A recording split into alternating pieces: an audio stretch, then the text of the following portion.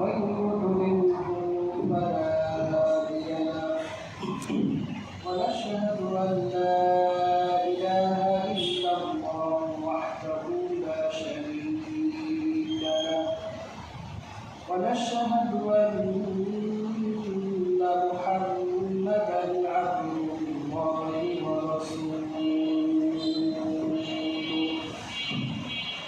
الذي أرسله بالحق بشيرا ونذيرا وداعيا إلى الله بإذنه وسراجا منيرا أعوذ بالله من الشيطان الرجيم بسم الله الرحمن الرحيم يا أيها الذين آمنوا اتقوا الله حق تقاته ولا تموتن إلا وأنتم مسلمون إن الله وملائكته يصلون على النبي يا أيها الذين آمنوا صلوا عليه وسلموا تسليما اللهم صل على سيدنا مولانا محمد وعلى آل سيدنا مولانا محمد بفارشك الظلمون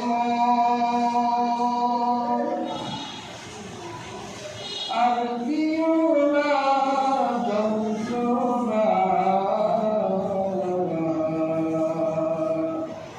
مكاجبي كالتوابا مريجيك مدينا اللهم صل على سيدنا مولانا محمد وعلى آل سيدنا مولانا محمد الحمد لله আল্লাহ সুবহানাহু ওয়া তাআলার নিকট অসংখ্য অগণিত অজস্র শুকরিয়া জ্ঞাপন করছি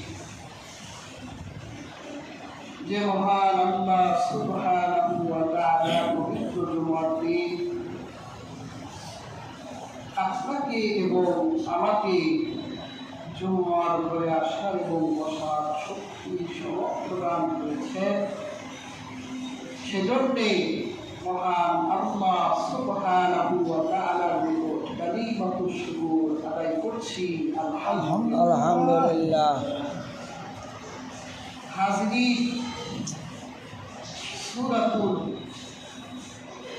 আল ইমরানের 102 এবং 3 নম্বর আয়াতটি তেলাওয়াত করেছি। আয়াতটিতে আল্লাহ পাক বলেন,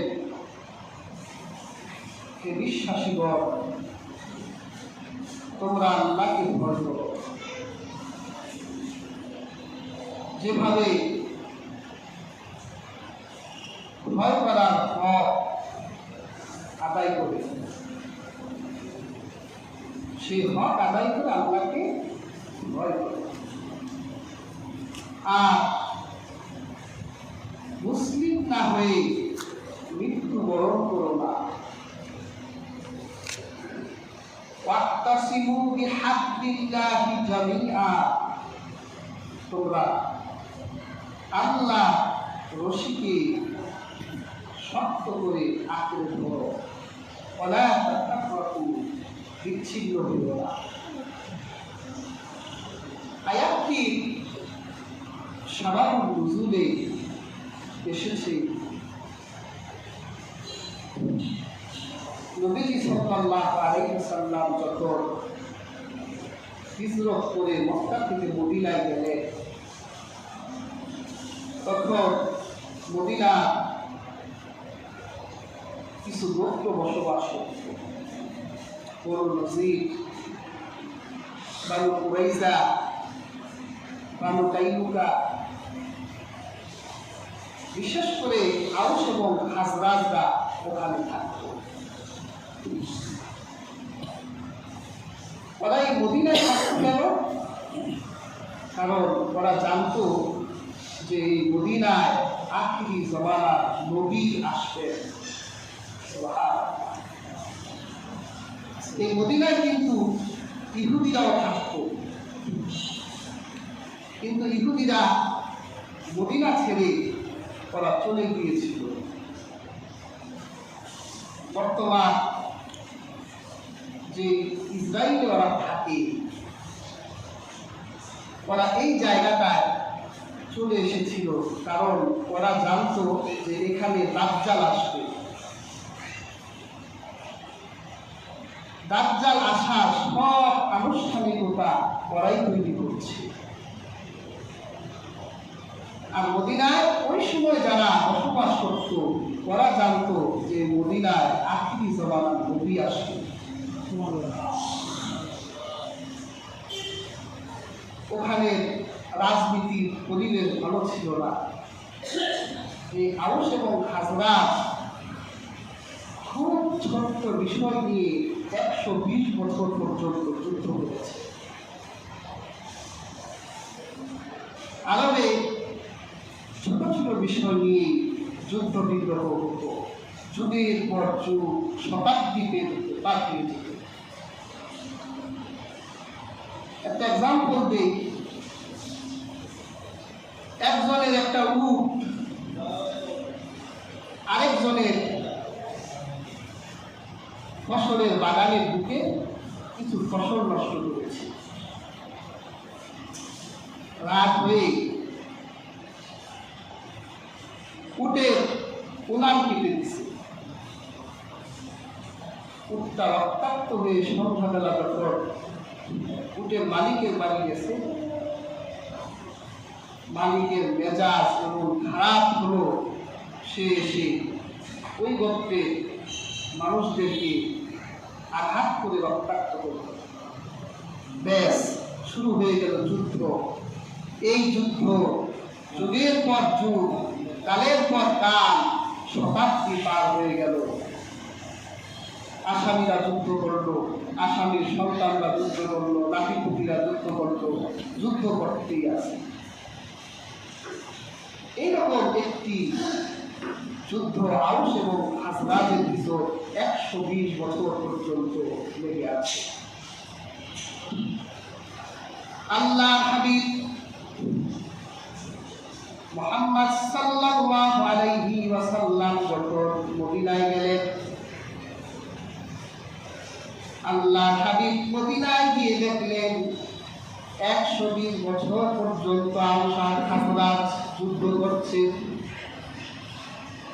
আল্লাহ হাবিব দিন ইসলামের শান্তির ধর্ম তাদের সামনে উপস্থাপন করলেন। 120 বছরের যুদ্ধের অবসান ঘটিয়ে তাদের যত রাগ আর ক্ষোভ ছিল সব অবসান ঘটিয়ে শাহাদাতের কালিমা তেলাওয়াত করে আল্লাহ হাবিবের কাছে আউস আর খাজরাজের সাহাবীরা ইসলাম গ্রহণ করে মুসলিম হয়ে গেল। দুনিয়ার যত ঝামেলা